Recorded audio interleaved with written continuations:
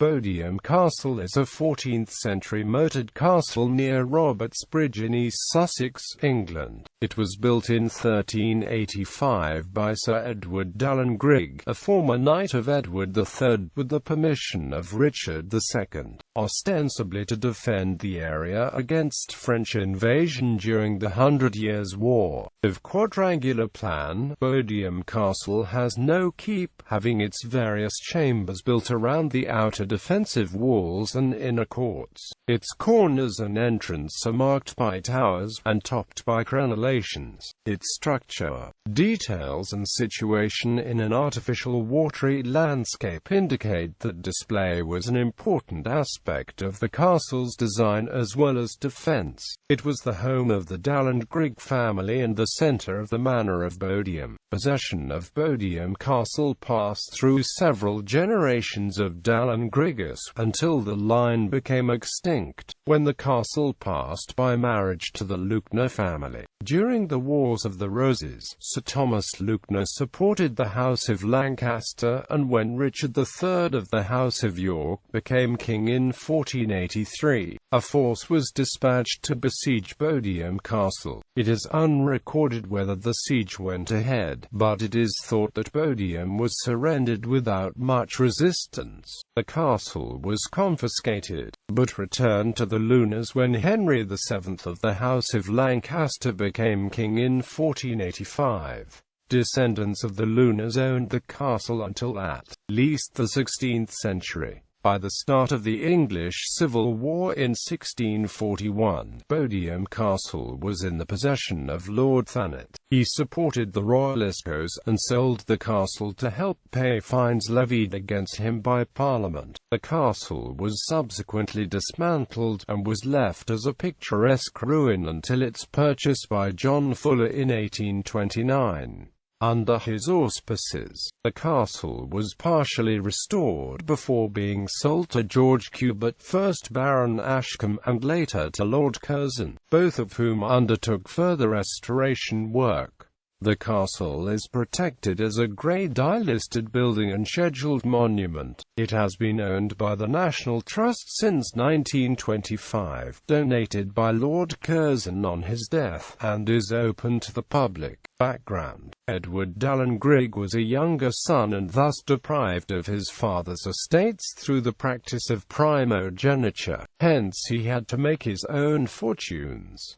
By 1378, he owned the manor of Bodiam by marrying into a land-owning family. From 1379 to 1388, Dalyngrigge was a knight of the Shire for Sussex and one of the most influential people in the county. By the time he applied to the king for a license to crenellate, the 100 Years' War had been fought between England and France for nearly 50 years. Edward III of England pressed his claim for the French throne and secured the territories of Aquitaine and Calais. Dalyngrigge was one of many Englishmen who travelled to France to seek their fortune as members of free companies, groups of mercenaries who fought for the highest bidder. He left for France in 1367 and journeyed with Lionel, Duke of Clarence and son of Edward III. After fighting under the Earl of Arundel, Dalyngrigge joined the company of Sir Robert Knowles, a notorious commander who was reputed to have made 100,000 gold crowns as a mercenary from pillage and plunder. It was as a member of the free companies that Dalyngrigge raised the money to build Bodiam Castle. He returned to England in 1377. The Treaty of Bruges ensured peace for 2 years, but after it expired, fighting resumed between England and France. In 1377, Edward III was succeeded by Richard II.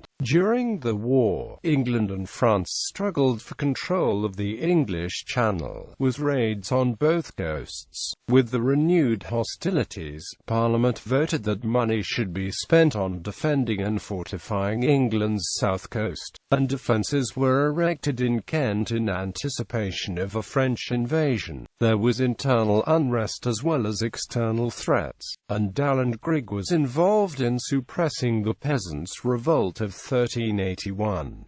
The manor of Bodiam was granted a charter in 1383 permitting a weekly market and an annual fair to be held. In 1385, a fleet of 1,200 ships, variously cogs, barges, and galleys, gathered across the English Channel. Its is Flanders. The population of southern England was in a state of panic. Later in the year, Edward Dalyngrigge was granted a license to fortify his manor house.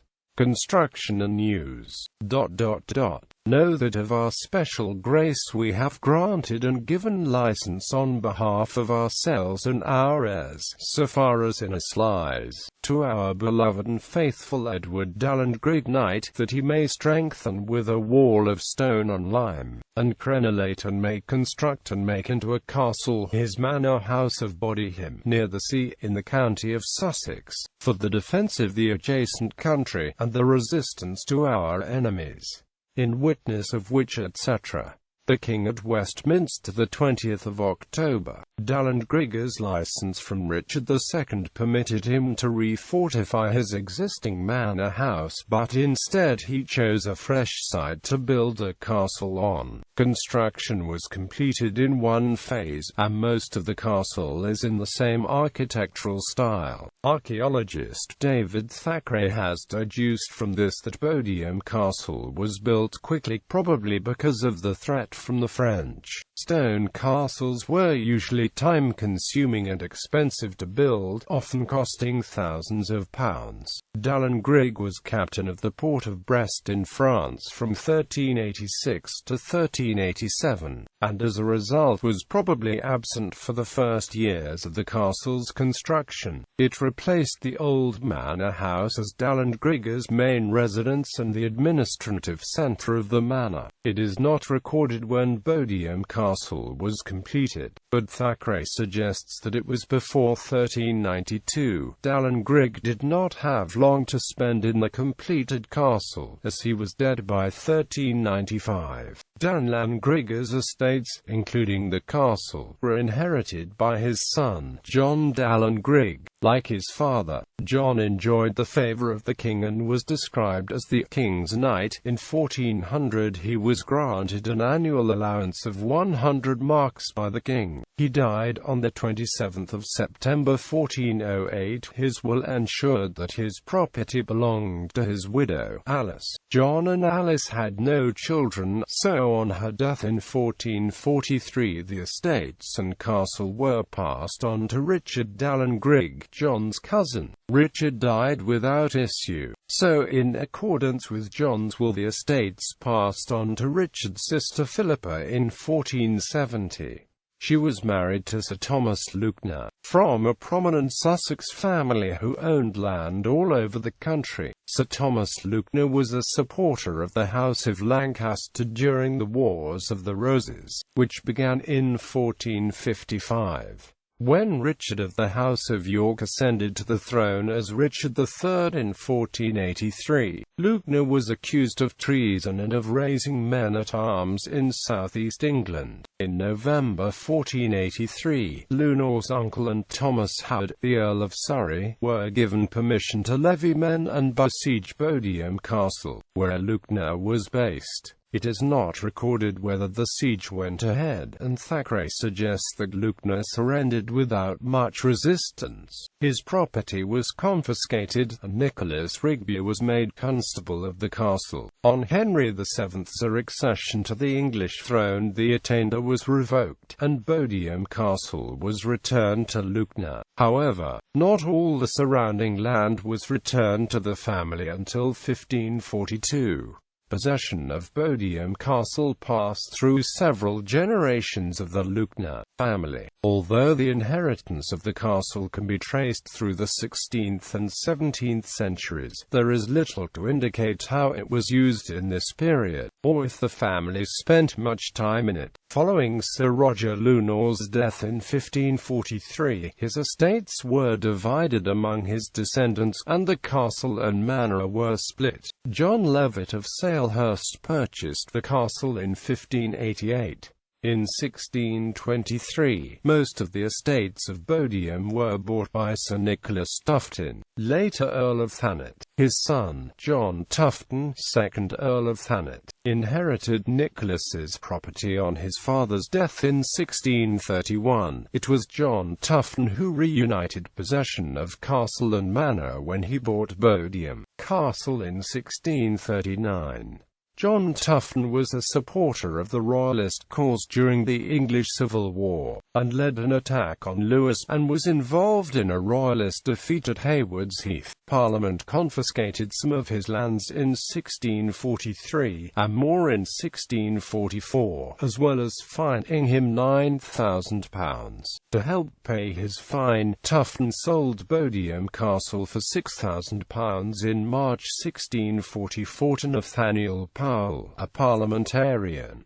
Picturesque ruins. After the Civil War, Powell was made a baronet by Charles II. Although it is unrecorded when Bodiam Castle was dismantled, it was probably after it was bought by Powell. During and after the Civil War, many castles were slighted to prevent them from being reused. Not all were destroyed completely, and in some cases care was taken not to unnecessarily deface the structure. At Bodiam, it was deemed sufficient to dismantle the barbican, the bridges, and the buildings inside the castle. When Nathaniel Powell died in 1674 or 1675, Bodiam Castle was passed on to his son, also called Nathaniel. After the second Nathaniel, the castle came into the possession of Elizabeth Clitheroe, his daughter-in-law. In 1722 Sir Thomas Webster bought the castle.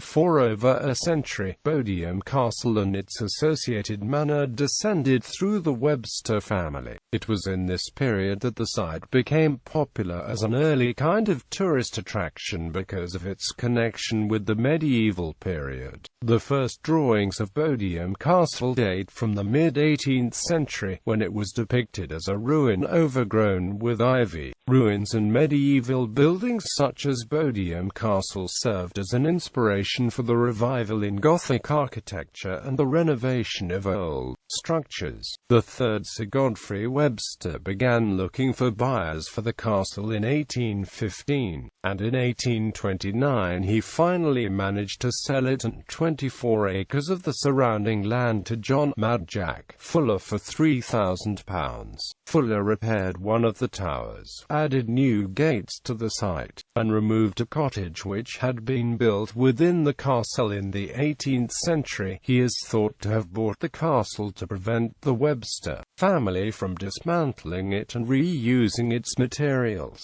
George Cubitt, later Baron Ashcombe, purchased the castle and its 24 acres from Fuller's grandson in 1849 for over £5,000. Cubitt continued the renovations that Fuller started. He commissioned the first detailed survey of Bodiam Castle in 1864, and undertook repairs to the tower at the southwest corner of the site, which had almost entirely collapsed, because there was then a fashion for ruins covered in ivy. The vegetation was not removed despite its detrimental effect on the masonry, and the trees which had taken root in the courtyard were left. Lord Curzon decided that so rare a treasure should neither be lost to our country nor desecrated by irreverent hands. Curzon made inquiries about buying the castle, but Cubitt did not wish to sell. However, after Cubitt's death, Curzon was able to make a deal with Cubitt's son, and he bought Bodiam Castle and its lands in 1916.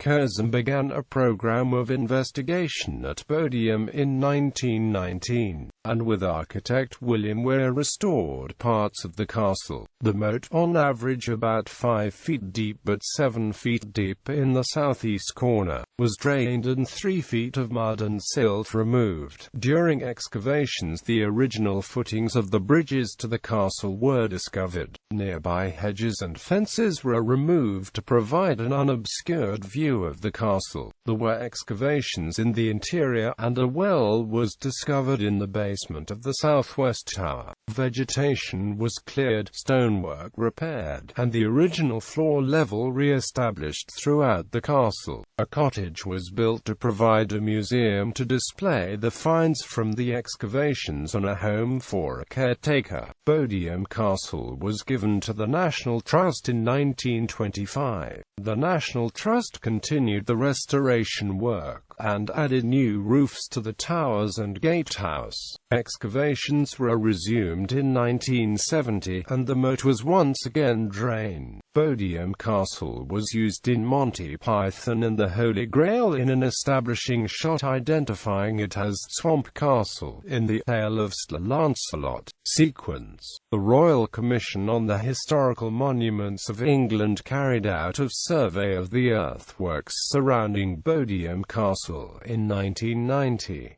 In the 1990s, Bodiam Castle was at the centre of a debate in castle studies over the balance between militaristic and social interpretations of such sites. The arguments focused on elements such as the apparent strength of the defences, such as the imposing moat, and elements of display. It has been suggested that the moat could have been drained in a day because the embankment surrounding it was not substantial, and that as such it did not pose a serious obstacle to an attacker. Also, the large windows in the castle's exterior were defensive weak points. The castle is a scheduled monument, which means it is a nationally important historic building and archaeological site which has been given protection against unauthorized change. It is also a Grade I listed building, and recognized as an internationally important structure. Today the castle is open to the public, and according to figures released by the Association of Leading Visitor Attractions, nearly 170,000 people visited in 2014.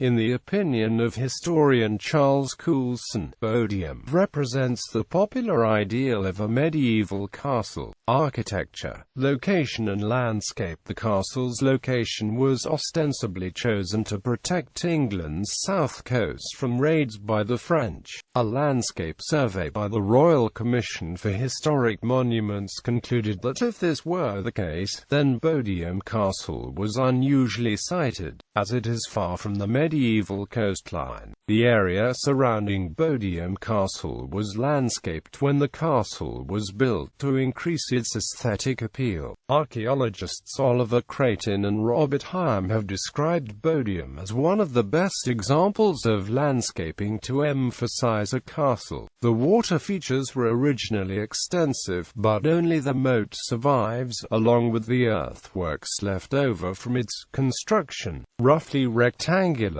the moat is supplied by several springs, some of them within it, which made it difficult to drain during the excavations of the 1930s. A moat can prevent attackers from gaining access to the base of a castle's walls. But in the case of Bodiam, it also had the effect of making the castle appear larger and more impressive by isolating it in its landscape. The moat is now regarded more as an ornamental feature than a defense. The approach to the castle through the moat and satellite ponds was indirect, giving visitors time to view the castle in its intended splendor. Military historian Cathcart King describes the approach as formidable and considers it the equal of the 13th-century castles of Edward I in Wales, such as Caerphilly Castle. The castle sits roughly in the middle of the moat. The postern gate at the rear would have been connected to the moat south bank by a drawbridge on a long timber bridge. The main entrance on the north side of the castle is today connected to the north bank by a wooden bridge, but the original route would have included two bridges, one from the main entrance to an island in the moat, and another connecting the island to the west bank. For the most part the bridge was static, apart from the section closest to the west bank, which would have been a drawbridge. The island in the moat is called the Octagon, and excavations on it have uncovered a guardrope, suggesting that there may have been a guard on the island, although it is unclear to what extent it was fortified. The Octagon was connected to a barbican by a bridge, probably a drawbridge. The castle's 28 toilets drained directly into the moat, which in the words of archaeologist Matthew Johnson would have been effectively an open sewer. Exterior and entrance. A quadrangular castle, Bodiam, is roughly square-shaped. This type of castle, with a central courtyard and buildings against the curtain wall, was characteristic of castle architecture in the 14th century. Bodiam Castle has been described by military historian Cathcart King as the most complete surviving example of a quadrangular castle. There are circular towers at each of the four corners, with square central towers in the south, east, and west walls.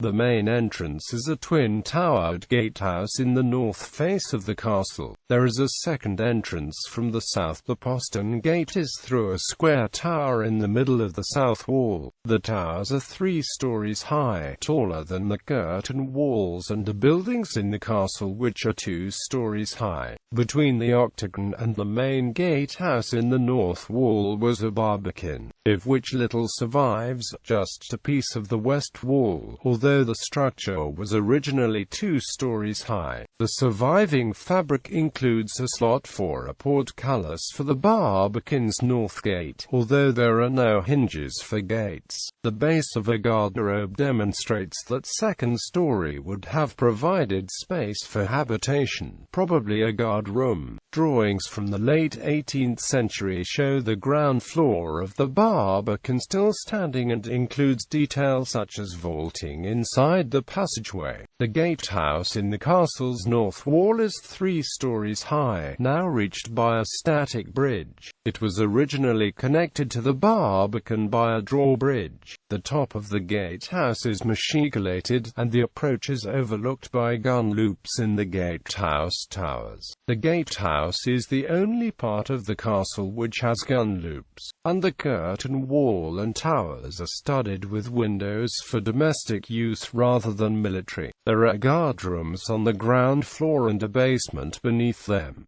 The passage would originally have had 3 wooden portcullises. Above the entrance passage is an arch in the gateway, although it leads nowhere. The ceiling of the passage through the gatehouse into the castle is vaulted and pierced with murder holes. Murder holes were most likely used to drop objects on attackers, similar to machicolations, or to pour water to extinguish fires. Just above the gate, there are 3 coats of arms carved in relief into the arch. From left to right they are the arms of the Warder, Dalyngrigge, and Radindon families. The Warder family was that of Edward Dalyngrigge's wife. The Radindons were relations of the Dalyngrigges. Above the arms is a helm bearing a unicorn head crest. 3 coats of arms also decorate the postern gate. The central arms is that of Sir Robert Knowles, who Edward Dalyngrigge had fought for in the 100 Years' War, but those flanking it of blank. Interior. Although the exterior of Bodiam Castle has largely survived, the interior is ruinous. The domestic buildings within the castle line the curtain walls. However, remains are substantial enough to recreate a plan of the castle. The structure was divided into separate living areas for the lord and his family, high-status guests, the garrisons, and servants. The south range of the castle consisted of the Great Hall, the kitchens, and associated rooms. The Great Hall, to the east of the centrally located postern gate, was 24 by 40 feet and would have been as tall as the curtain wall. hall. To the west of the Great Hall was the pantry and buttery, linked to the Great Hall by a screen's passage. The three standing arches gave access to different rooms: the pantry, buttery and the kitchen, which was at the far west of the south range. This layout was typical of large medieval houses. The Great Hall was the social centre of the castle, and where the lord would have entertained guests. The buttery and pantry occupied the bottom floor, and above was a room of unknown purpose. The buttery had a cellar and was used to store ale and wine, while the pantry held the supplies for the kitchen, to prevent heat from the cooking fires becoming unbearable. The kitchen was as tall as the curtain walls to provide a large space to absorb the heat. In the southwest tower was a well, from which water would have been drawn for the household. Along the east wall is a chapel, a hall, and an antechamber. To accommodate the chapel, the curtained wall near the northeast corner projects 9 feet further into the moat than the rest of the wall along the east side. Immediately south of the chapel was the main accommodation for the lord and his family. The buildings were 2 stories high and incorporated a basement. The exact layout of the rooms is unclear. Arranged along the west curtained wall was an extra hall and a kitchen. It is not certain what these were used for, although it is probable that these were intended to provide for the household's retainers. The retainers' hall had no windows on its west side and would have been relatively dark compared to the Great Hall. Also, whereas the Great Hall had a large fireplace, the retainers' hall had none.